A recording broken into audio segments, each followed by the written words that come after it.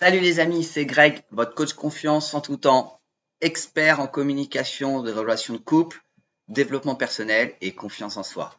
Aujourd'hui, nous sommes le lundi 12 décembre, encore 12 jours avant Noël. J'espère que vous avez passé une très bonne semaine, un très bon week-end, un week-end du feu de Dieu, comme je le dis. Et aujourd'hui, ma phrase du jour, c'est « Vous êtes une étoile filante ». Aussi rare que vous êtes, vous exaucez les vœux de vos proches grâce à vos qualités et vos défauts. Et surtout, vous êtes unique sur cette planète, donc restez-le et ne cherchez pas à ressembler à quiconque ou à vous adapter à quiconque. Aujourd'hui, je voulais vous parler des comportements à avoir pour que votre relation soit la plus saine possible et qu'elle se développe de façon positive. Mais avant de commencer, bien sûr, comme d'habitude, je vais vous demander de me mettre des jolis pouces, de vous abonner en cliquant sur la cloche en bas. Si jamais vous êtes nouveau sur ma chaîne, bienvenue chez Greg. Et surtout, n'hésitez pas à me laisser des commentaires. Je me ferai un plaisir d'y répondre. Pour toute séance de coaching, bien sûr, vous avez mon adresse mail dans la description de la vidéo. N'hésitez pas à m'envoyer un mail si vous avez une situation particulière, que ce soit pour les relations de couple ou bien pour un sujet sur votre développement personnel et que votre confiance en vous. Je suis là pour répondre à tous vos besoins. Alors, dans les critères d'une relation positive ou du développement d'une relation positive, le premier comportement à avoir, c'est de rester vous-même et de permettre à l'autre d'être soi-même. Je vais donner un peu plus de spécificité à ce comportement. C'est simple. Aujourd'hui, quand vous vous êtes rencontrés, vous et votre partenaire, vous avez donc fait le jeu de séduction, mais surtout vous avez présenté vos qualités et vos défauts. Votre partenaire, aujourd'hui, si il ou elle est tombé amoureuse de vous ou amoureux de vous, c'est justement pour ses qualités et ses défauts. Et surtout, derrière, dites-vous que vous êtes tombé aussi amoureux de ses qualités et de ses défauts. Aujourd'hui, je ne vais pas vous mentir en vous disant que ça restera tout le temps comme ça. Avec le temps, l'environnement, il se peut que vous changiez vos qualités et vos défauts, que vous ayez soit des défauts qui se présentent, soit des qualités qui se présentent, voire que vous développiez chacun l'un comme l'autre vos qualités. L'idée, c'est toujours de rester vous-même. Pensez à vous, pensez que vous êtes une bonne personne et que cette personne-là, si elle est encore avec vous aujourd'hui, c'est qu'elle aime la personne que vous êtes aujourd'hui. Ne cherchez pas à changer pour plaire à l'autre. C'est ça l'idée. Donc aujourd'hui, si jamais vous vous reconnaissez dans cette chose, dans ce comportement, alors continuez. N'hésitez pas à continuer à développer vos qualités et pourquoi pas à effacer les défauts si vous considérez que c'est un défaut à effacer. On a tous un travail à faire sur nous-mêmes et je vous invite donc à continuer ce travail. Respectez l'autre pour ses défauts et ses qualités. Appréciez l'autre pour ses défauts et ses qualités. Appréciez votre partenaire. Le deuxième comportement à avoir, c'est de se montrer curieux de l'autre sans insistance. Qu'est-ce que cela veut dire? Aujourd'hui, peut-être que vous avez des projets en commun. En général, en début d'une histoire, ce n'est pas le cas. Donc, on part surtout sur le début de l'histoire, mais aussi après pour les mois et les années qui vont suivre. Votre partenaire a des projets, peut-être des envies, et je vous invite donc à faire preuve de curiosité en utilisant des phrases de paroles valorisantes. En l'occurrence, j'aimerais que tu me dises un petit peu plus sur toi, qu'est-ce que tu comptes faire, qu'est-ce que tu as comme projet, quel sport tu aimes, etc. On dit sans insistance. C'est-à-dire que si cette personne ne se sent pas prête à vous dire ses projets, ne se sent pas prête à s'ouvrir à vous, n'insistez pas. Changez de sujet. Vous pouvez passer d'un sujet complètement banal aujourd'hui. Alors évitez les sujets négatifs comme les guerres et autres, mais pourquoi pas parler du beau temps, parler des vacances de rêve, de vos vacances de rêve. N'hésitez pas à en dire un peu sur vous aussi. Ouvrez-vous un tout petit peu, n'en dites pas trop pour rester un peu mystérieux, mais dites-en et n'hésitez pas à répondre aux questions si vous vous sentez capable de répondre aux questions et de vous ouvrir auprès de cette personne. Le troisième comportement à avoir, c'est oser dire, partager ses émotions, ses désirs et ses besoins, mais aussi ses doutes, et respecter ceux de l'autre. Aujourd'hui, vous éprouvez des émotions, peut-être positives ou négatives dans votre relation de couple. Dans les deux cas, il faut en faire part. Alors attention, je tiens à spécifier quelque chose. Je l'ai dit dans mes précédentes vidéos, Mettez un environnement neutre. Donc évitez pour tout ancrage chez cette personne, quand vous passez des moments de qualité, si vous êtes à la maison et que vous passez des moments de qualité, ou si vous êtes dans une activité, ce n'est pas spécialement l'endroit où il faut en parler. Par contre, si vous en avez besoin d'en parler, il faut oser le dire, surtout sur vos doutes, n'hésitez pas à faire une balade, du pâté de maison, au bord, si vous êtes au bord de la mer, sur la plage, etc., à trouver un endroit neutre et en parler. Et bien sûr, posez la question. Souvent, on parle souvent de nous et on oublie de poser la question à l'autre. As-tu des doutes sur notre relation? Comment tu nous vois, etc. Alors, pas de cette façon-là, je dirais plutôt d'utiliser la phrase: j'aimerais que tu m'en dises un peu plus sur ta vision de notre relation. J'aimerais en savoir justement ce que tu penses de nous, quelle émotion est-ce que tu éprouves par rapport à moi, mais sans insistance. Attention, je tiens à préciser, warning, sans insistance. Si cette personne est dans l'hésitation, ne lui demandez pas ses émotions. Pas demandez-lui ses doutes, ses émotions une fois, et je mets comme ça, car justement, vous risquez de lui mettre la pression et qu'elle ait une sensation de contrôle. Et l'idée vraiment, c'est de ne pas lui donner cette sensation de contrôle, mais justement de laisser cette fleur s'ouvrir. Voilà, je vais métaphoriser ça sur une fleur. C'est une fleur qui s'ouvre progressivement et qu'il faut lui laisser le temps. Si elle ne se sent pas prête ou il ne se sent pas prêt à dévoiler ses émotions, ses désirs, ses besoins et ses doutes, respectez ça, laissez-le. Vous avez le droit de faire part de vos besoins, de vos doutes et de vos émotions. Et surtout, si vous vous posez des questions, je vous invite à les lui poser et à ne pas les garder en tête. Ça peut compliquer fortement votre relation et aboutir à une rupture. Partagez des intérêts communs, les valeurs semblables. Il faut un minimum. Toujours un minimum. Vous ne pouvez pas être avec une personne qui a aucune valeur avec vous, de toute manière, vous le sentirez. Et normalement, dans le principe même des relations et de la communication entre êtres humains, c'est des personnes pour lesquelles vous allez vous éloigner parce que justement, vous n'avez pas ces mêmes valeurs. Donc, vous n'avez pas l'envie d'entamer des relations, que ce soit amicales, familiales.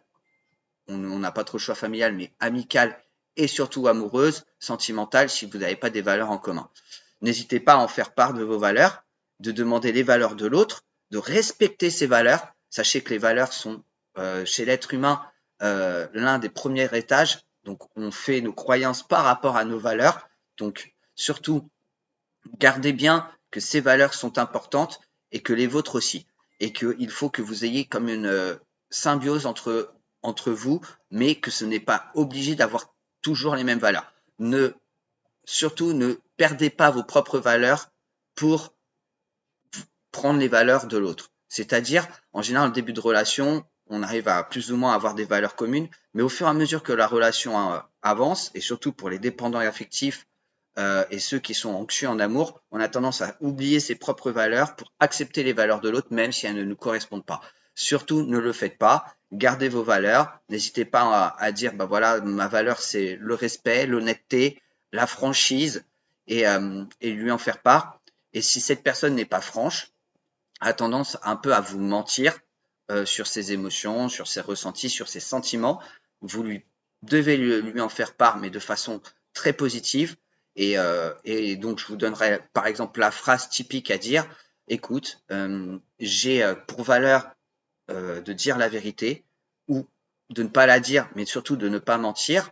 Moi, en tout cas, moi, c'est mes valeurs, c'est que je ne cherche pas à ce qu'on me dise la vérité, mais en l'occurrence, je ne veux surtout pas qu'on me mente.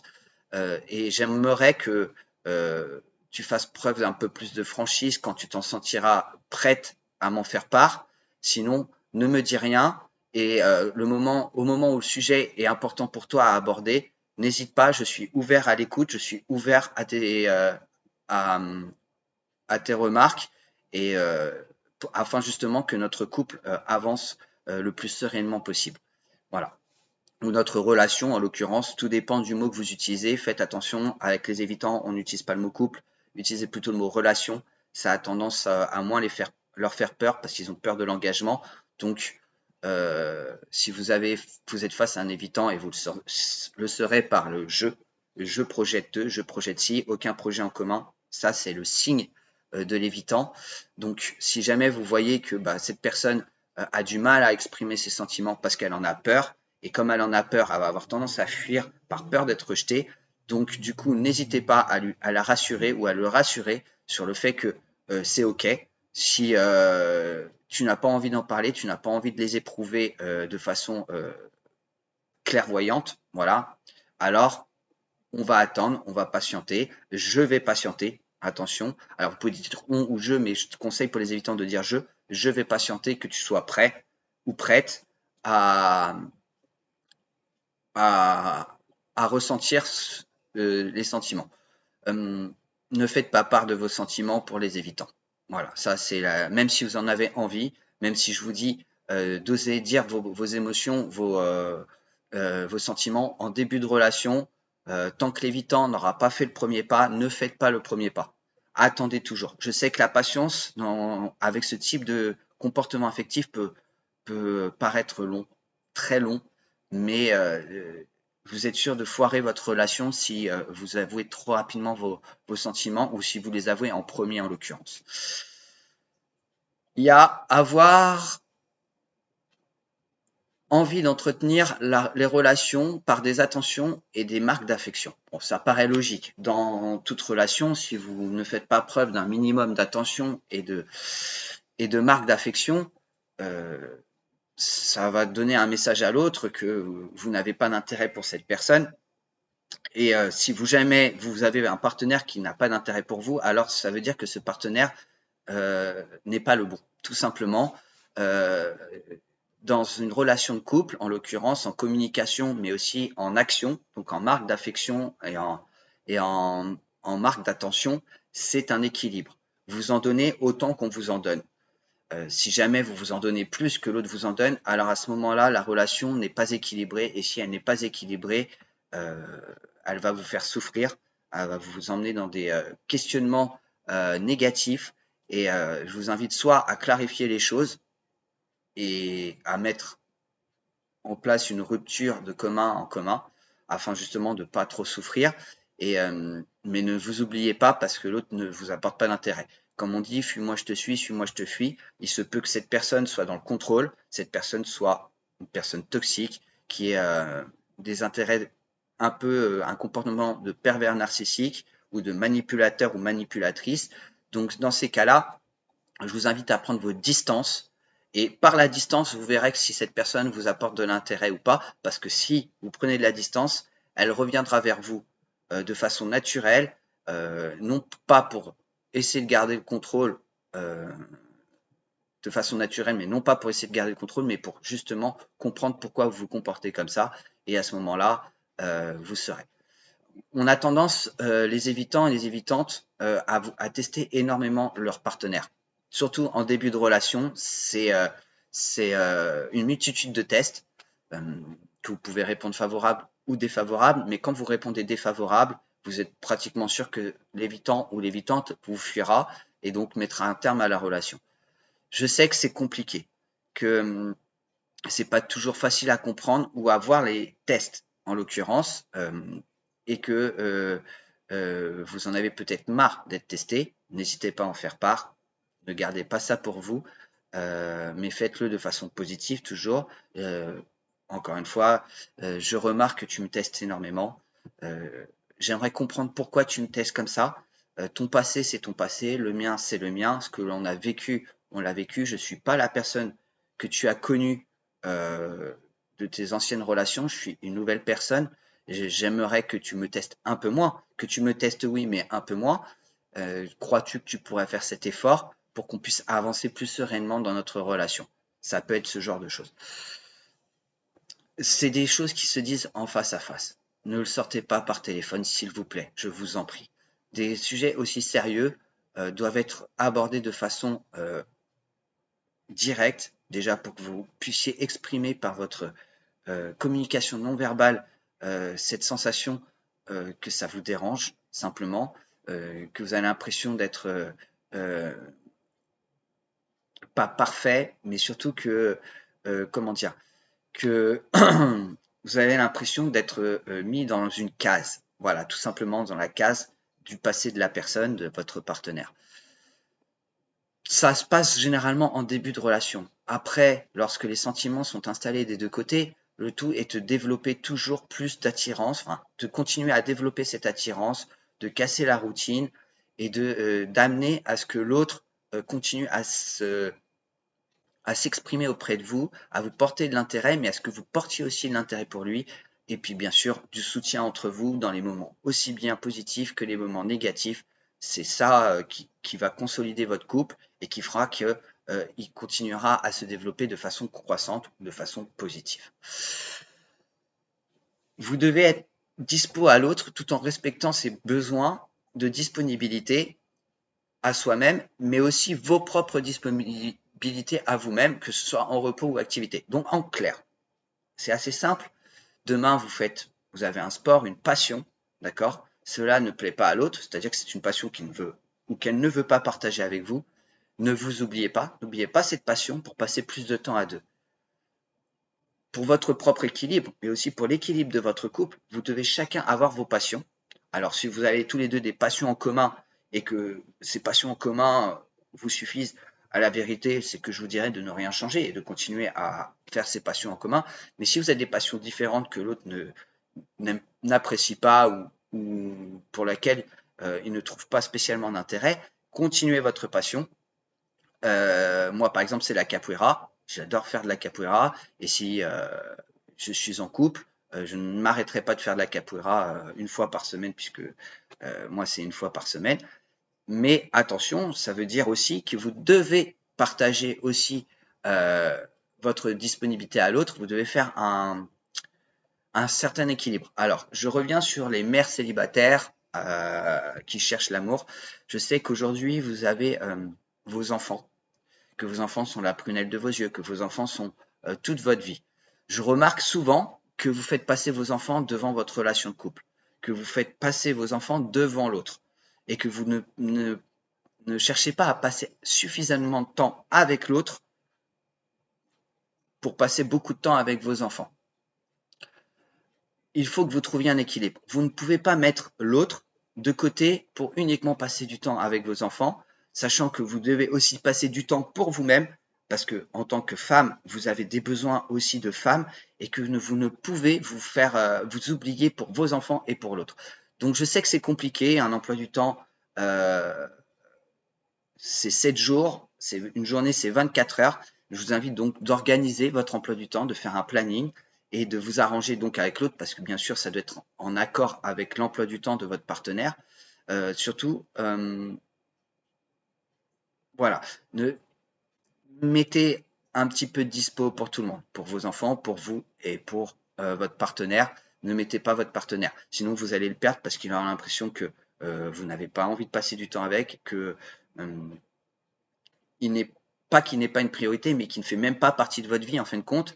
Et il faut que vous donniez l'envie à votre partenaire qui fasse partie de votre vie et que lui vous donne cette même envie qui fasse partie de sa vie. Ce conseil tient aussi aux pères, hein, entre parenthèses. Je mets souvent les mères parce que c'est souvent les femmes qui font ce genre de choses. Les hommes ont tendance à arriver à partager entre leurs enfants leur passion ou leur vie personnelle et leur vie sentimentale.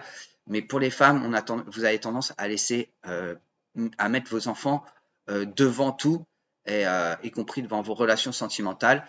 Et à la fin, vous vous posez la question pourquoi je ne trouve personne, etc. Donc, ça peut être une raison. Un autre comportement à avoir, c'est favoriser l'épanouissement de l'autre. Alors, qu'est-ce que cela veut dire? Aujourd'hui, l'autre a peut-être des projets, peut-être des envies, des besoins. Vous devez être là pour déjà le soutenir. N'oubliez pas que dans les moments négatifs, vos paroles positives peuvent remonter le moral de l'autre, peuvent le pousser à se dépasser. Alors, je tiens à mettre un warning, ne coachez pas quelqu'un ou ne coachez pas votre partenaire, ou du moins, voilà, la poussez pas à faire des choses tant qu'elle vous demande pas de l'aide.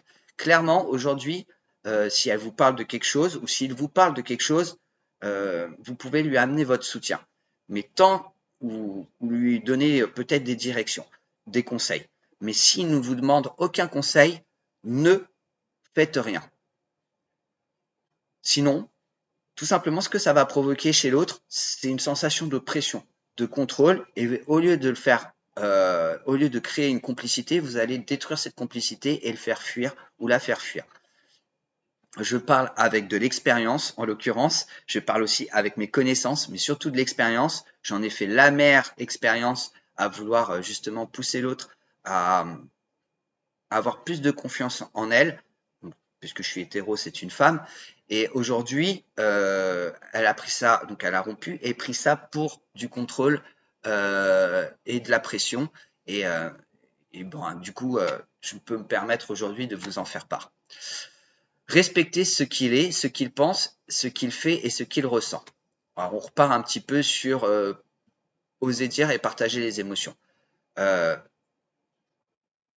Aujourd'hui, peut-être que ça se passe mal, peut-être qu'il y a des ressentis négatifs de la part de votre partenaire.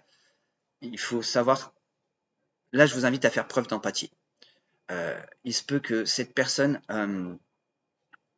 ait l'impression d'avoir peut-être un manque de confiance en vous parce que vous discutez avec des femmes. Il faut savoir comprendre que même si vous êtes dans l'amicalité,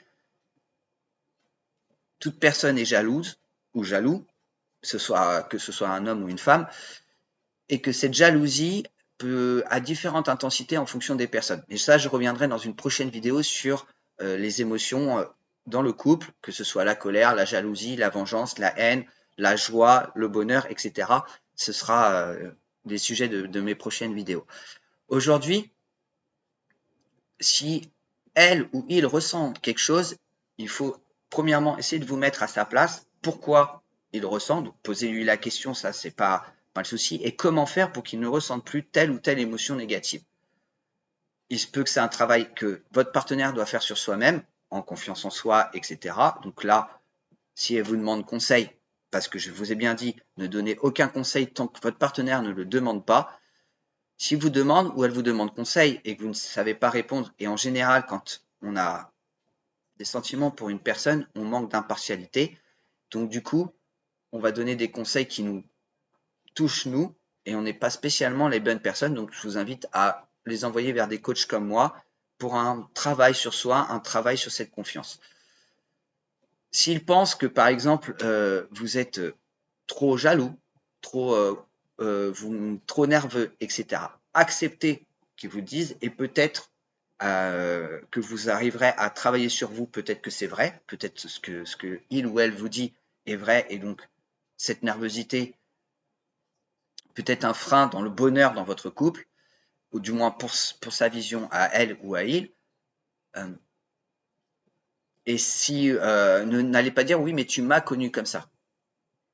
Je suis comme ça, j'entends ce que tu me dis, je vais travailler sur moi, et si vous voulez pas travailler et garder cette nervosité, vous pouvez simplement le dire, tu m'as connu comme ça fait partie de mon caractère, je ne te promets pas de changer, mais de faire des efforts pour y arriver, tout simplement, mais accepte-moi tel que je suis. Ça peut être tout à fait ça. Alors, pratiquer la communication non violente, ça va sans dire. Alors, ça va surtout sur les disputes. Hein. Dans tout couple, on a des hauts et des bas. Dans toute relation amoureuse, il y a des hauts et des bas. Et lorsque les bas arrivent, on a tendance à s'envoyer des reproches, des remarques un peu négatives. C'est pas spécialement le problème. Le problème, ça va être ce qui va être, comment ça va être dit. Si vous envoyez des noms d'oiseaux, si vous devenez un peu violent physiquement ou vous êtes violent physiquement, ce n'est pas bon. Alors déjà, si vous êtes violent physiquement ou si vous tombez sur un partenaire ou une partenaire qui est violent physiquement, stop, arrêtez tout de suite. Ce n'est pas bon, ce n'est pas comme ça qu'on résout les choses. On peut être en conflit et se respecter pour autant. Réfléchissez, et surtout que comme on est sur les disputes et on a tendance à réfléchir avec nos émotions, la première chose à faire, c'est de faire un silence. C'est-à-dire que cette personne est énervée, elle vous fait monter vos émotions, votre frustration, votre énervement. Ne dites rien. Ne dites rien. Laissez que ces émotions descendent afin justement d'avoir une communication non violente, mais surtout positive, parce que même dans le conflit, on peut avoir une communication positive. Exemple, tu m'énerves parce que tu n'as pas fait la vaisselle. Vous avez un emploi du temps chargé, vous rentrez le soir, vous avez ça, ça vous fait monter direct les trucs, et au lieu de répondre oui, mais j'ai pas le temps de te faire la vaisselle, je veux, fous-moi la paix, etc. et puis les noms d'oiseaux, vous attendez, vous faites baisser la tension. Si jamais vous n'arrivez pas à faire baisser la tension parce que votre partenaire, et on sait à quel point des fois les partenaires, quand ils sont en colère, continuent pour faire monter tout ça, faites un tour, allez souffler et vous revenez et là vous entamez la conversation. J'ai compris que tu voulais que je fasse la vaisselle, je vais essayer de libérer du temps, mais s'il te plaît, si je n'ai pas le temps, excuse-moi de ne pas la faire, je la ferai plus tard quand j'aurai le temps ou je peux faire autre chose pour te soulager des tâches ménagères. Ça peut être que de la vaisselle, ça peut partir sur plein de sujets, que ce soit des dépenses d'argent. Oui, je sais très bien que je dépense plus d'argent que l'on en gagne. Je dois faire un travail sur moi. Aide-moi, s'il te plaît, à faire ce travail. Vous avez le droit de demander de l'aide à votre partenaire. C'est un peu pour ça que vous êtes à deux. Comme on dit, vaut mieux être deux, vaut mieux plusieurs cerveaux sur un problème qu'un seul. On a tendance à avoir un prisme d'observation sur le même problème qui est complètement différent. Avoir envie d'aimer loin du besoin de prendre de l'amour. C'est avoir envie d'aimer pour combler sa solitude.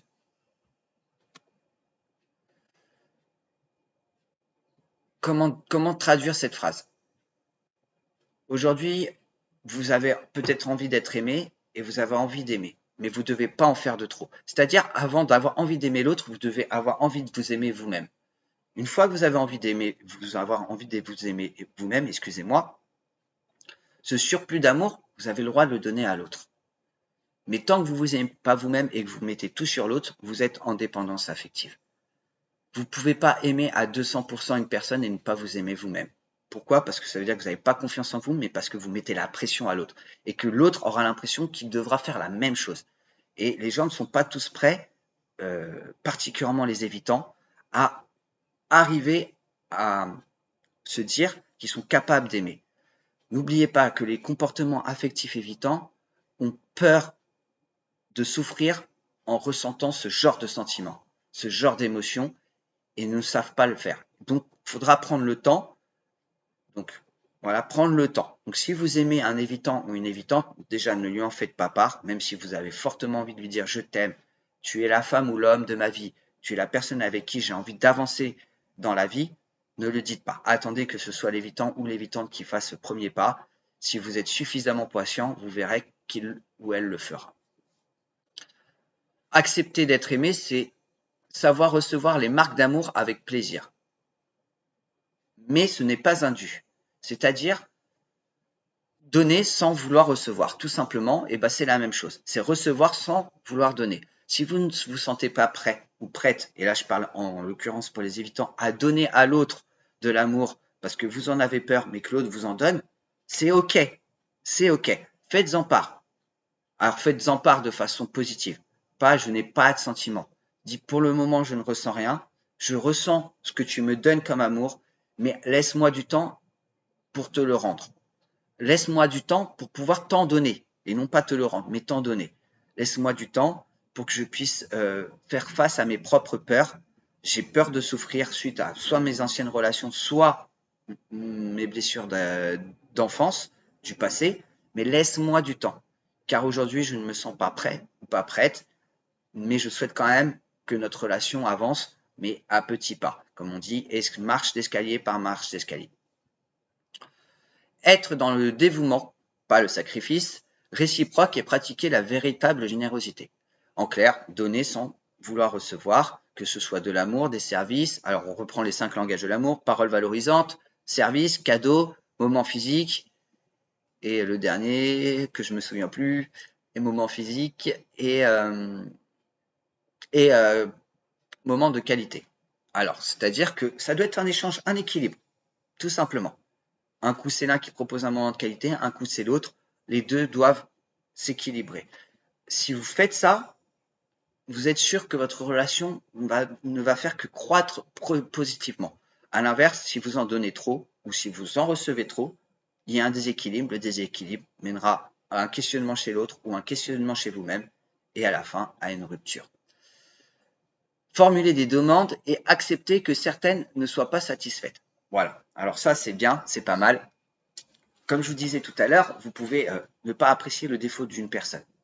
Par exemple, moi, comme je dis, je n'aime pas le mensonge, ça fait partie de mes valeurs. Je préfère encore qu'on me dise rien, qu'on me dise la vérité, ou qu'on prenne le temps pour me dire la vérité, mais qu'on ne me mente, je n'aime pas ça.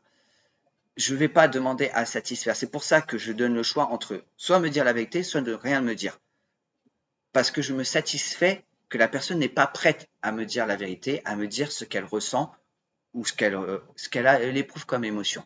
J'ai fait l'erreur de mettre trop de pression en demandant quelle émotion tu ressens avec moi. Ne le faites pas. Faites-le une fois. Et n'insistez pas. Ne répétez pas cette question à longueur de journée.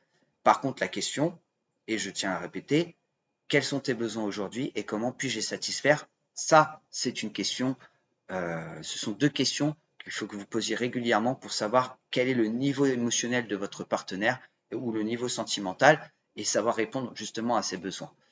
Vous pouvez peut-être ne pas satisfaire ses besoins, donc n'hésitez pas à lui en faire part. Écoute, je sais que tu m'as demandé ça, je ne peux pas satisfaire à ça, je te propose, voilà, à toujours laisser le choix, je te propose qu'on trouve un compromis. À partir de là, vous êtes sûr d'avancer à petits pas. Parce que peut-être sur l'instant T, vous ne pouvez pas satisfaire, mais peut-être qu'à l'avenir, vous pourrez satisfaire. N'oubliez pas que vous pouvez changer et que l'autre peut changer en fonction de l'environnement, mais en fonction aussi de vous, comment vous changez. Accepter les différences, les désaccords, apprendre à en parler sans juger, sans peur, sans vouloir changer l'autre. Bien sûr, voilà. On a par moments des désaccords, on n'est pas d'accord sur une chose. Là, à la limite, si vous voulez un petit peu d'aide pour comprendre pourquoi il y a un désaccord, hop, vous faites preuve d'empathie, vous essayez de vous mettre à la place de la personne avec ce qu'elle vous a raconté de son passé, son caractère, donc ses défauts, ses qualités, ses valeurs, et comprendre pourquoi aujourd'hui il y a un désaccord.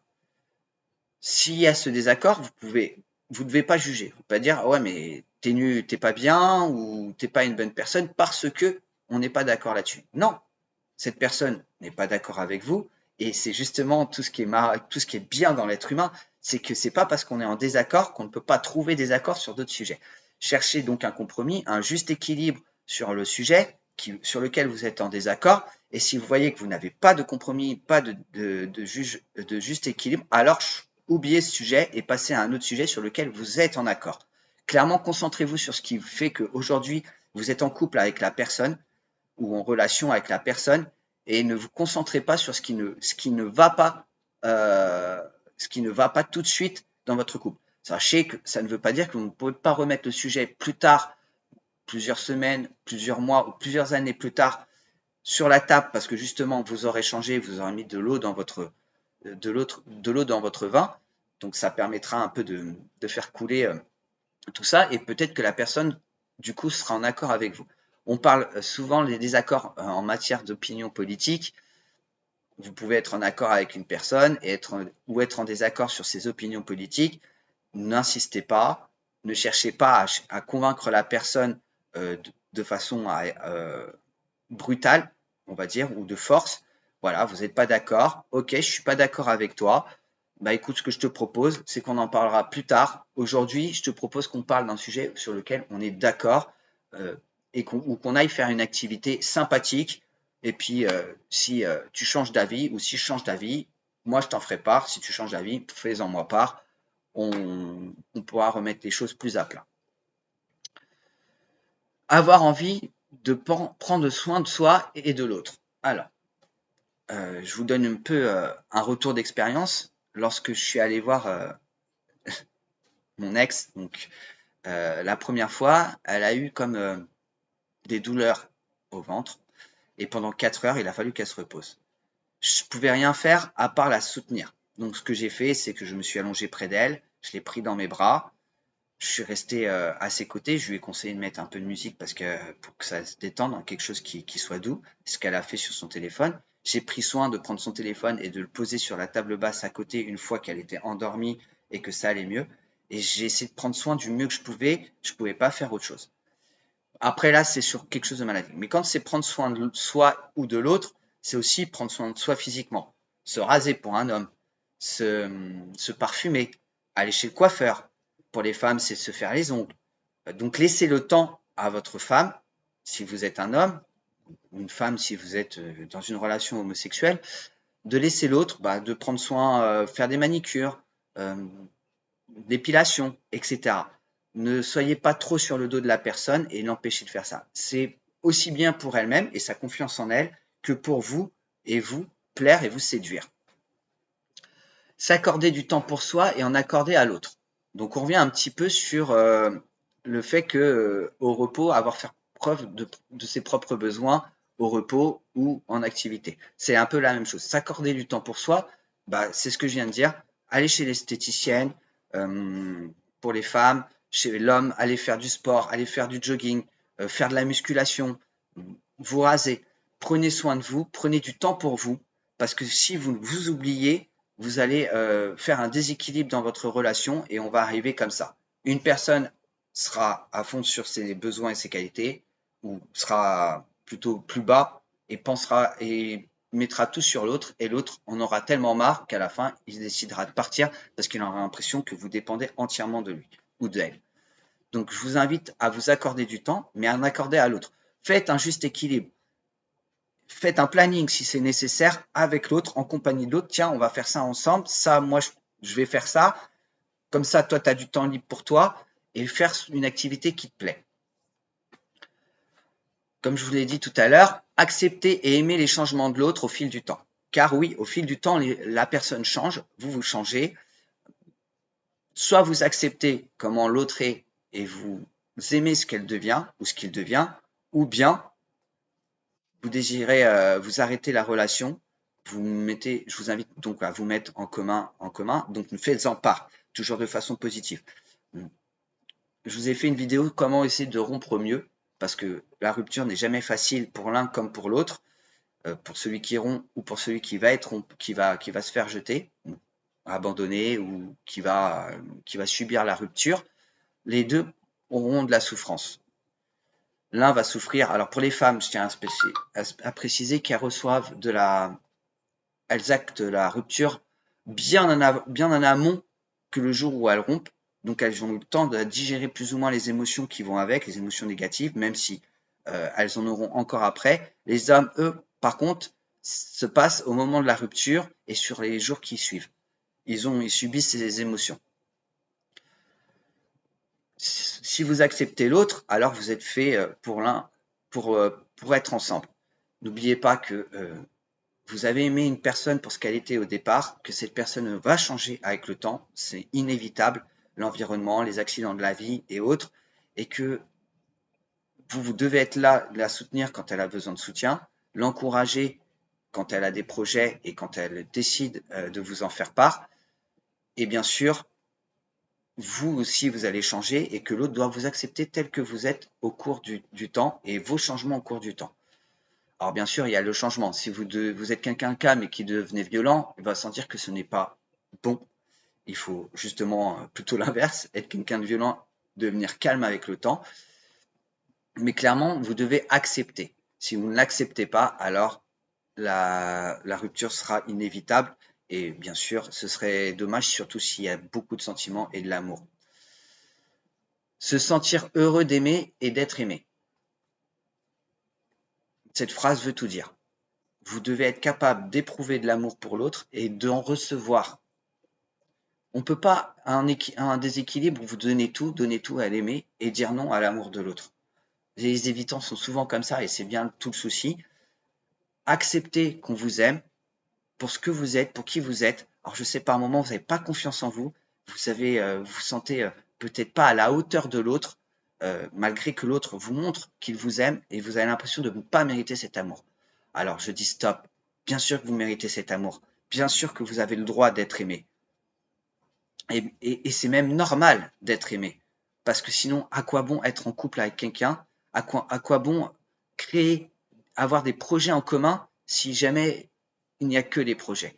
Si jamais vous ne ressentez pas ça, alors à ce moment-là, mettez un terme à cette relation tranquillement. Si vous avez peur d'être aimé, c'est possible et je le comprends tout à fait. C'est une blessure qui peut mettre du temps à se guérir et voire quand je dis du temps, peut mettre plusieurs années. Beaucoup de femmes et beaucoup d'hommes subissent cette peur d'être aimés par peur de souffrir, d'être aimé ou d'être surtout abandonné ou rejeté par la suite sur une rupture. Comportement encore une fois de l'évitant. Quant à l'anxieux, lui, en donne beaucoup par peur de ne pas être aimé. Ça va être la différence. Surtout, ne soyez pas honteux de ça. Aujourd'hui, je vous ai fait 40 minutes de vidéo sur ce sujet. C'est bien ma vidéo la plus longue. Je ne sais pas si vous avez suivi jusqu'au bout. En tout cas, sachez que je suis là présent si vous avez besoin de mieux comprendre un peu tout ça, si vous avez besoin de vous faire accompagner parce que vous sentez qu'il y a des petits sujets de couple que vous avez du mal à gérer ou vous avez du mal à trouver des réponses ou à savoir comment parler à l'autre. Je vous invite donc à m'écrire à katiogregory.coach@gmail.com. Je me ferai un plaisir de vous accompagner. Vous avez 30 minutes d'appel téléphonique offert, plus un bilan émotionnel personnalisé. Et en attendant, je vous demanderai donc de me remettre des jolis j'aime, de vous abonner à la cloche et de laisser tous les commentaires que vous désirez. Je me ferai un plaisir d'y répondre. En attendant, je vous souhaite une très bonne journée, une très bonne semaine et je vous dis à lundi prochain. Bye les amis.